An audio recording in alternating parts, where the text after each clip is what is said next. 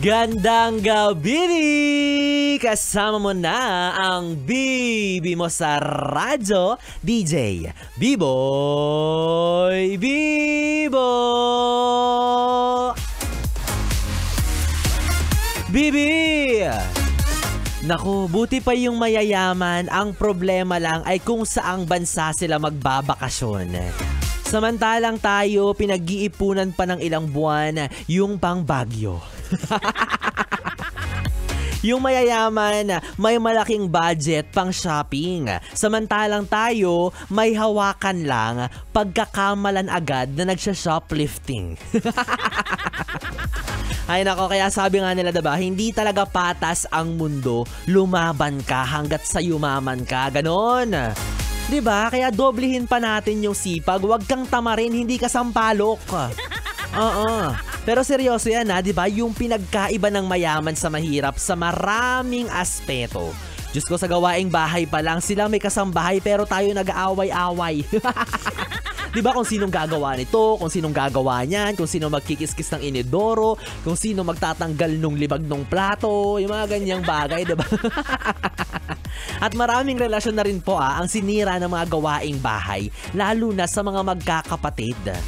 Diba, galit si panganay kasi siya lang daw yung laging gumagalaw. Yan. Diyan nagsisimula yan. Diyan napapasok yung galit niya kay Bunso na wala na raw daw ibang ginawa kundi ang mag-cellphone at maglaro. Oh, lagot ka Bunso. Sabi naman ni Bunso, puro nga kayo utos, porket kayo yung mas matanda sa akin, lagi nyo kong kinakawawa. Ay, nagdrama si Bunso. May ganong litanya si Bunso. Sumasagot ka, bastos ka. Diba rumiribat pa si Bunso pag ganyan. Pero paano nga naman kung sa aspeto naman ito ng mga magka-live-in partner, yung mga magka-live-in na jowa na bago pa lang, o kaya naman yung mga nagtagal na talaga. Diba? Paano nyo ba dinidistribute yung household chores?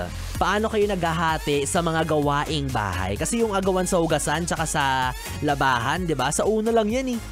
Kasi nagkakahiyaan pa, pero kapag tumagal-tagal na, tinan mo nagbabatuhan na ng pinggan yung mga yan. Kanya-kanyang labahan na yung mga yan, diba? Wala na guys, Bibi, ko nakaka-relate ka sa usapan natin ngayong gabi kung paano nga ba dapat hinahati ang gawaing bahay ng mga magkakasama sa bahay. Nako, maya-maya sabay-sabay natin yung pakinggan at pag-usapan para sa ating Bibi Time. Muli ka pili mo, DJ Biboy Bibo, ang DJ na single, ready to mingle, basta walang label. Paborito mong katabi mula alas 9 hanggang alas 12 para sa ating Bibi Time. Dito pa rin sa istasyong huntahan ng mga young and fresh, ang 101.1. Yes! The best.